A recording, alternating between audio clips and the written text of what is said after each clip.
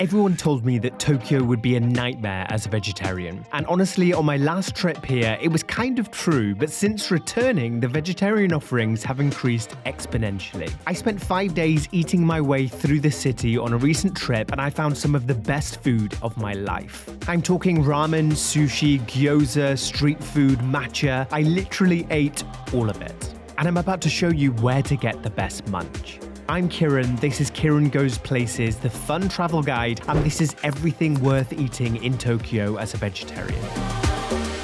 And we're starting in Shinjuku with gyoza. Kakekome Gyoza is tucked into the back streets of Kabukicho, and it does 4 different vegetarian gyoza options, which in Tokyo is practically unheard of. You can't book, and there was a big queue when we arrived, but it was so worth it. There's soft, spicy tofu, pickled cucumber, and the one that I came for, the honey mustard gyoza. It was sweet, spicy, crispy on the outside, soft in the middle, and The best gyoza I've ever had. and I've eaten a lot of gyoza. But the single best food I've eaten this whole trip actually comes later in the video, so make sure you stick around for that one. But first, a lot more food, and from Shinjuku we're heading to Shibuya for something a little bit more elevated. This is vegan sushi in Tokyo, and it is called Vegan Sushi Tokyo. You get a vegetarian set menu of 10 pieces, each one is completely different with its own recommended sauce pairing. Really unique sushis like miso aubergine, tofu and yam, vegan egg, and Japanese ginger. The combinations are unusual, but they actually work. It is more expensive than your average sushi, and you do get less food than actually you'd want. But the creativity here is so impressive. But as a vegetarian, to sit down and have a proper sushi experience in Tokyo feels like a win.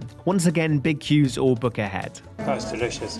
From the most refined thing to the most chaotic, this is Takeshita Street in Harajuku, and it is famous for a street food crawl.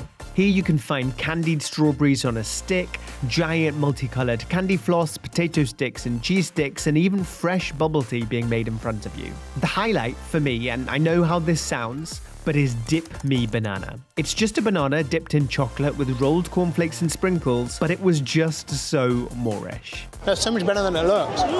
Right, we need to talk about matcha. I love matcha and did a big matcha crawl through my time in Japan. Matcha has been part of Japanese culture for over 800 years. Starting in Zen Buddhist temples, monks drank it to stay focused during long meditations. Now it's so important to Japanese tea ceremonies, and it's in lattes, ice creams, and pancakes all over the city. The quality varies wildly, so here are a few places that I tried it. Welcome the coffee in Daikanyama, which was earthy and really not bitter, strong start. That's good matcha. Sakya in the basement of Shibuya Scramble Square. This was a viral spot, and they even do a strawberry oat milk matcha, famous for its cold foam. Wow. That is incredible.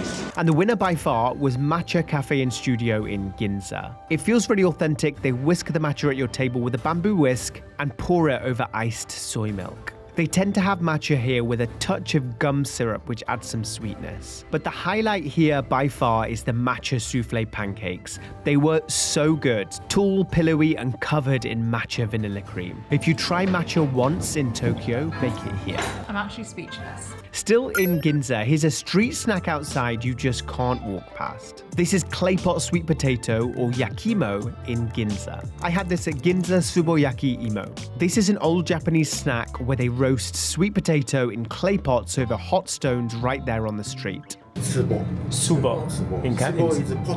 Is the pot. The inside goes all gooey and soft like caramel, and it is so Moorish. It is just a potato. At home, I'd never eat just a potato, but it was so good. It's closed on Mondays, so worth knowing if you make a trip specifically for this. It's really sweet, almost dessert-like. Over in Asakusa, there's a twist on the potato. Just outside the Sensoji Temple is a street stall selling crème brûlée sweet potato. It's an insane combination. It's the same gooey sweet potato, but topped with crème brûlée. It is messy, overly sweet, but honestly such an incredible thing to eat on a street corner. This definitely is not just hype and is worth checking out. Kind of savoury as well at the same time, which balances out that sweetness. Still in Asakusa, just around the corner, is a spot that's worth stopping for breakfast. This is February Kitchen. It's a classic brunch place, but we went here for a Japanese omelette with a beautiful, clean cut. You can't come to Tokyo without trying a Japanese omelette. We also had a grilled cheese, which sounds unremarkable, but the Japanese do really good bread and make refined refined food, so it was kind of like a refined grilled cheese. A perfect pick-me-up after visiting the oldest temple in Tokyo right behind it.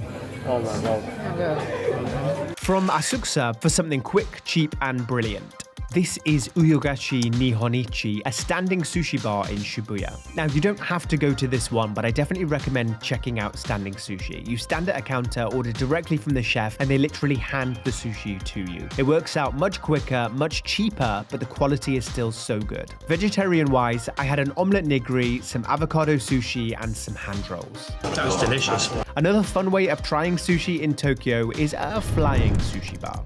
That is the fastest sushi I've ever seen. Yeah. Now for something a bit more aesthetic, we're heading south to Ebisu. This spot is called Sugary, and here I tried an acai bowl, avocado toast, mushroom truffle soup. It wasn't really Japanese, but I really loved the aesthetic, and it was a really good brunch with good coffee. This all came as a breakfast set, and it feels weird having truffle soup for breakfast, but it really did make me feel like a matcha girly inside a Pinterest board. And before we get to the best thing I ate in Tokyo, a few honourable mentions that deserve a shout. The giant strawberry from Tsukuji Market, which was expensive and the size of a small apple. It is so sweet. This random cube bread from the basement of Shibuya Scramble Square, which was unexpectedly an incredible pizza square. It's delicious. And a donut from the actual Uniqlo store in Ginza. Yes, the biggest Uniqlo in the world also sells donuts. It's like 2 shirts. Right, I've been teasing this from the beginning, but here's the best thing I ate in Tokyo. It is ramen from a place called Jikasei Mensho. It's a ramen spot inside the basement of Shibuya Parko. The vegan tantamen ramen here was out of this world. The noodles made in-house, it's creamy, rich and spicy broth, and they even give you a bib, which shows you how messy this show is about to get. You order at this machine, wait in the inevitable queue, which does move fast, and we tried both the vegan tantamen and also the vegan spicy miso ramen. Both of them were incredible. I personally preferred the tantamen, but I prefer creamy ramens. And just everything about this was perfect. There is one ramen spot in Kyoto that rivaled this one, but to see that you'll have to check out my Kyoto travel guide and give the channel a cheeky subscribe while you're there. Tokyo isn't a nightmare as a vegetarian, and it never was, but you can't just turn up anywhere. You need to do some planning. But the food offerings are some of the freshest and tastiest eats on the planet. There is so much more I didn't get to, and I'd love to know your favorite vegetarian spots in the comments. Every time I go back, I find something new. Subscribe for more of these guides, and I'll see you in the next one.